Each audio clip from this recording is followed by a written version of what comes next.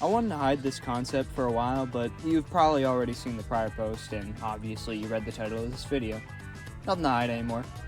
Dynamite Anton, aka the Dynamite Man, comes from the indie game Anton Blast. Heard of Pizza Tower before? It's like that, but it feels even closer to Wario Land 4, and there's a bigger emphasis on breaking shit. I'm not going to tell you all about the game since I'd just recommend you play it yourself. Anton's moveset in-game makes him play very fast-paced and aggressive. I tried to capture that in my concept for him here, effectively painting him as a front-court survivor like Cuphead. With that said, the intro's done, and I can finally talk about Amy Rose's dad. That's not a joke, by the way, check the description. Let's kick Anton off with something really stupid. I bet I ain't never started off a concept saying something like that before. In Anton Blast, there's something called the scream button. I'm being dead ass. All it does is make Anton or Annie scream when you hold it.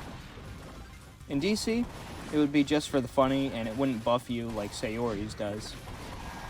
It would just be a taunt. However, it would only become available in a match after meeting a set condition.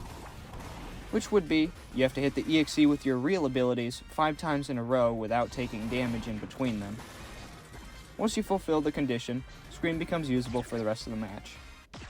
Now let's get into the real fun stuff.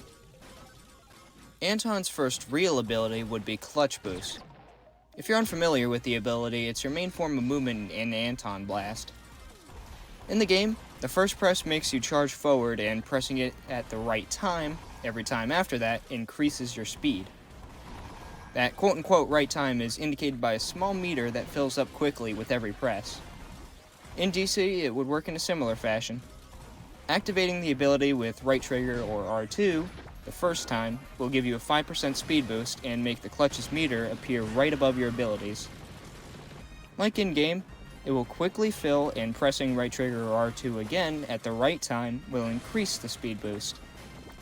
To be clear on what the right time is for DC, the clutch meter fills up over 1 second and the right time is the second half of that second. Each press would reset the meter so you can press it again. After the ability's activation, the first press will increase the boost to 15%, the second to 30%, and the third and final press to 50%. The clutch boost lasts for a total of 6 seconds, with 1 second in between the speed increases and 3 seconds given once it's maxed out. Failing to increase your speed or getting hit will end clutch boost early. This ability is meant to have a risk and reward to it. Clutch Boost would have a 34-second cooldown. It can also be comboed with Anton's other abilities.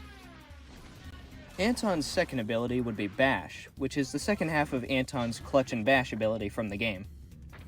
On activation, Anton will raise his hammer up for 2 seconds and have iframes. If he touches an EXE during that time, he'll automatically swing his hammer, pushing them away like Borst's axe block but not doing the same to Anton himself.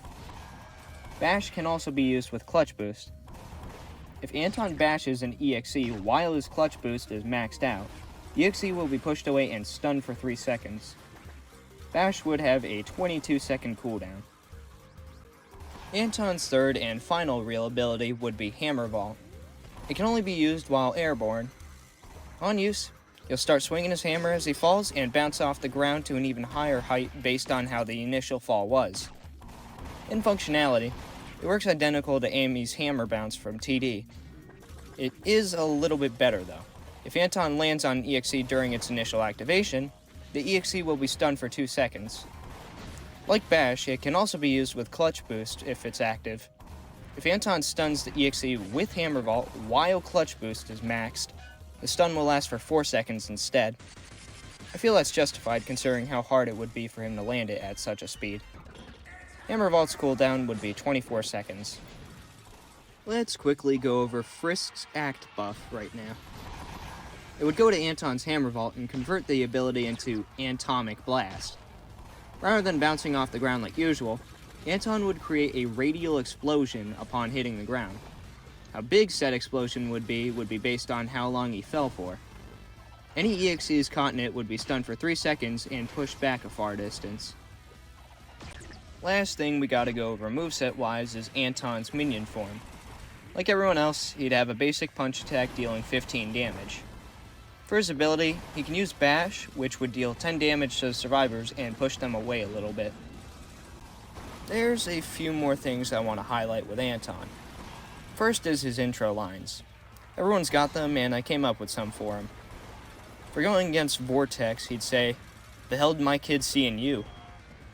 For going against Yuri, he'd say, "I'm pretty sure I got the bigger weapon here."